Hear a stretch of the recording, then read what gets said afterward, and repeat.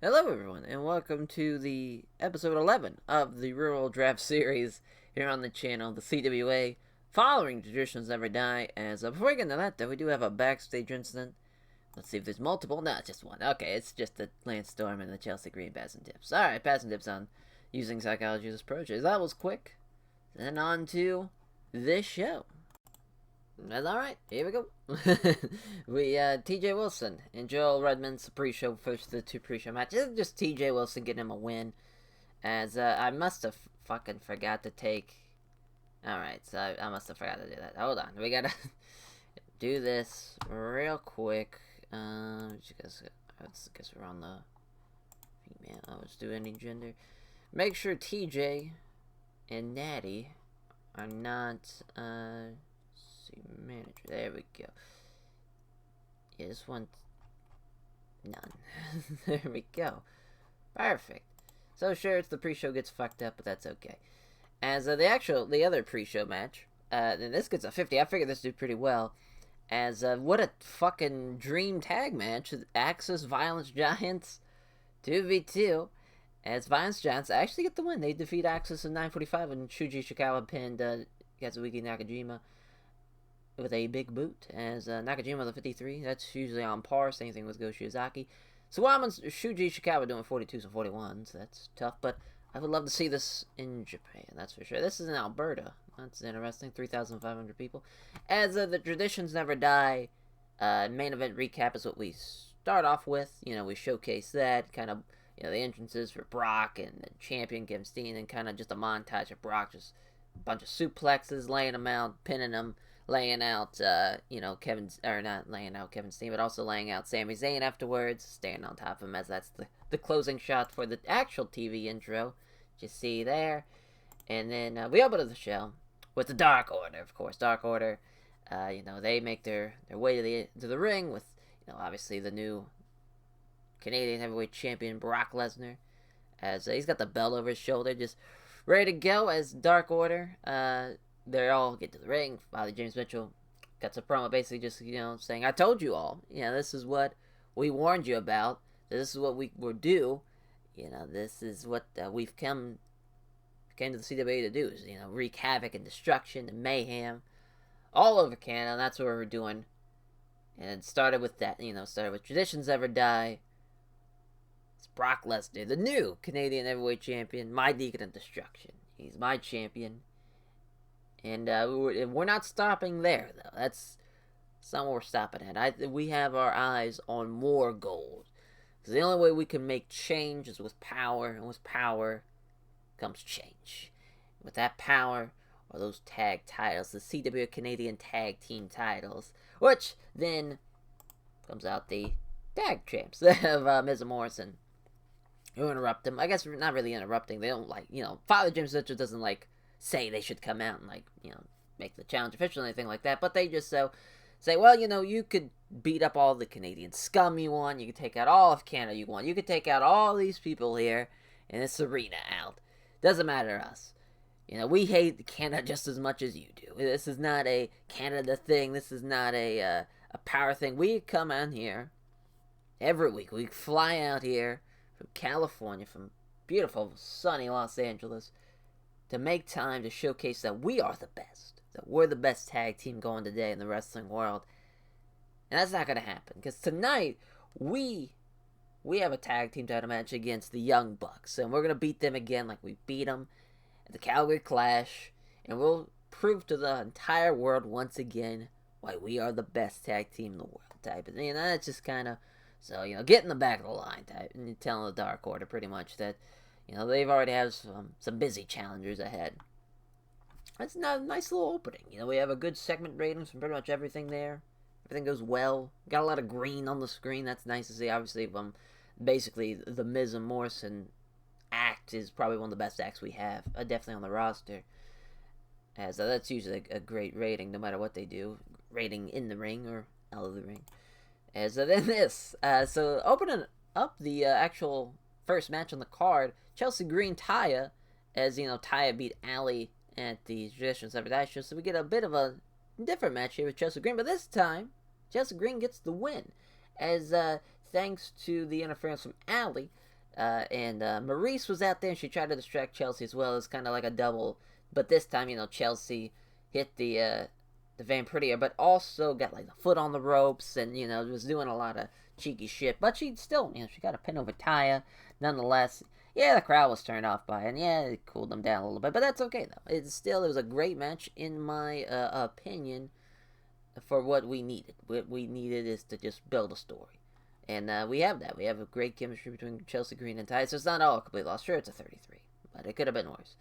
As this. So this is footage of basically during that match.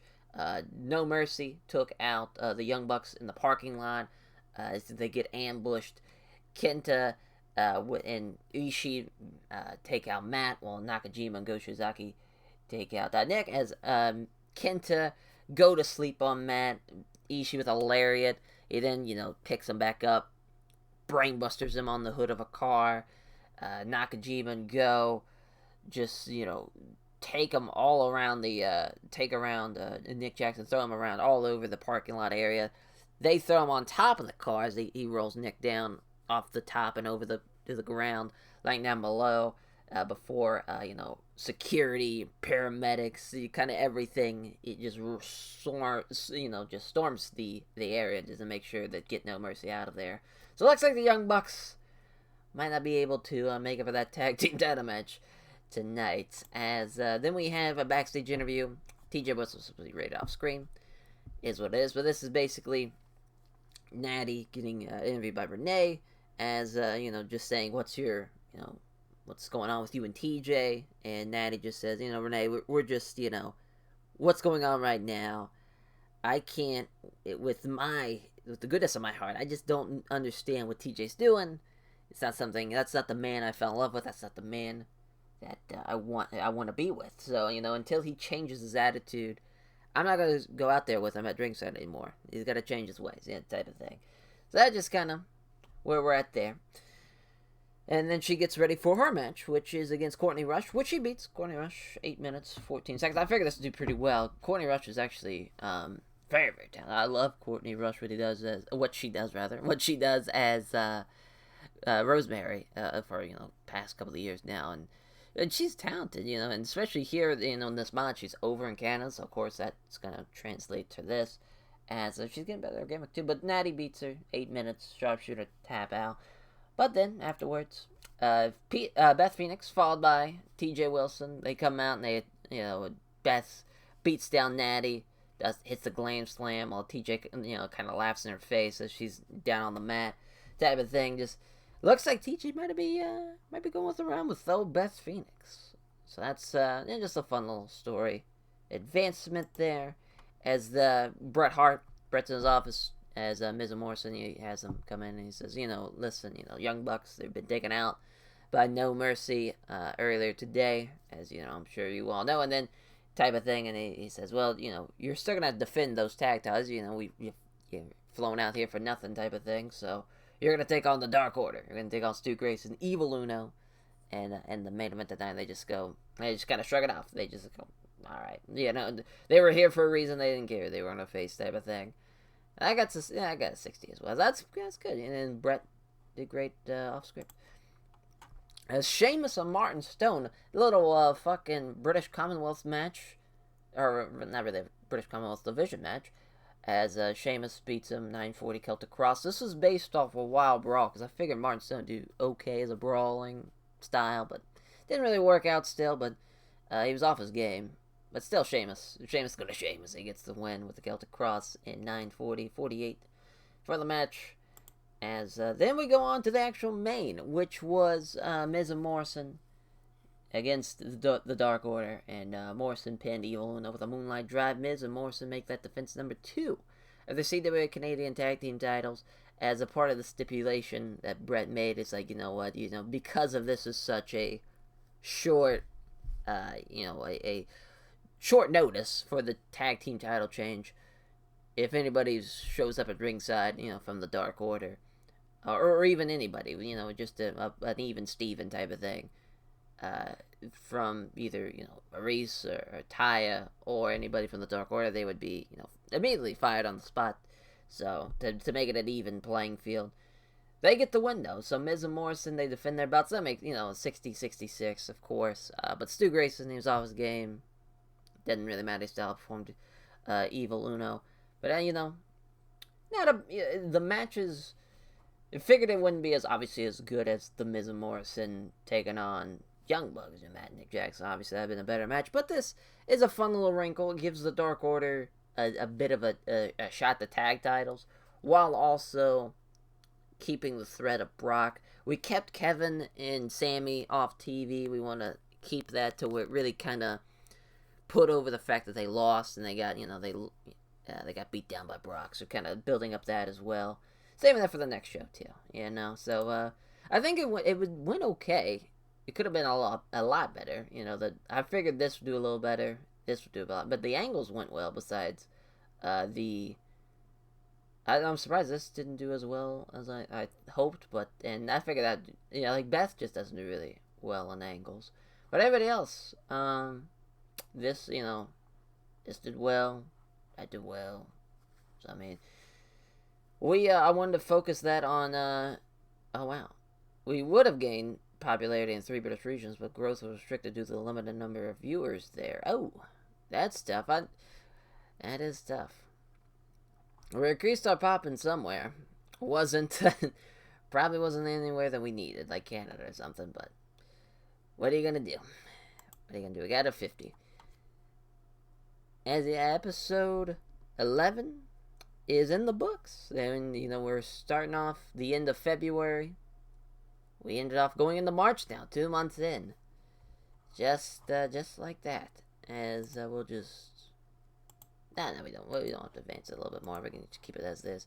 Yeah, when the Bucks are gone, where our loaning period is done, I am trying to get Bryan Danielson. That is something that we're trying to do. I was going to just loan him. That was the idea, but this contract came up, and I was like, well, I guess I can try to get T1. See what's... So, yeah, we're going to get him. Because I'm trying to sign Bryan to an actual written deal. It's kind of crazy, but I think we can pull it off. And the reason... Nick Jackson is actually... His contract's coming up. I think it's Nick's. Let's see. Might be. Because I think he's just having a handshake deal. And we'll probably be able to do that. Yeah. So yeah, that's just what we're doing. We're just wanting to...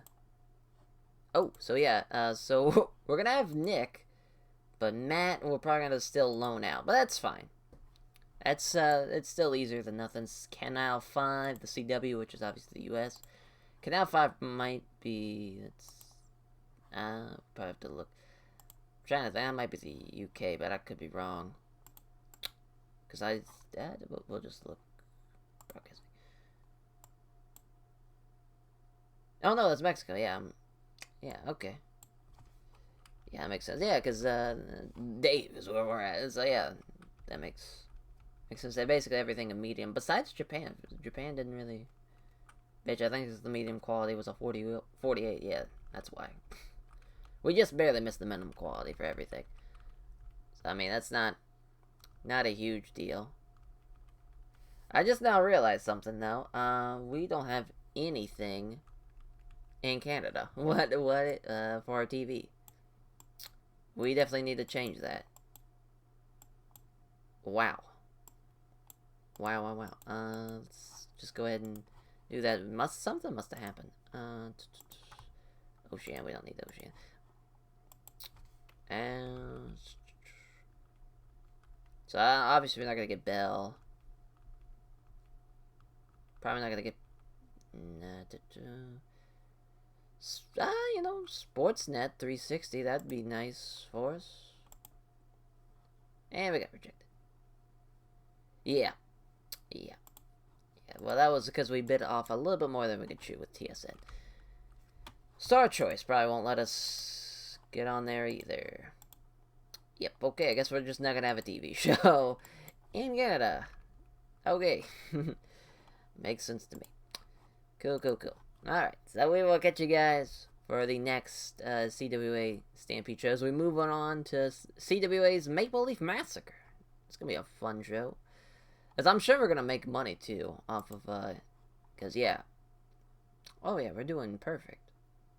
Yeah, fuck yeah, we're gonna have like $5 million of performance from the cash in at the end. Yes, that's perfect. So yeah, we're gonna have like 10 million by the end of March, or not, by the beginning of March rather. As man, we're just, it's gonna be weird. We're gonna have TV for at least a year. You know, it is what it is. It is what it is. But I will catch you guys next time. Take care, everyone.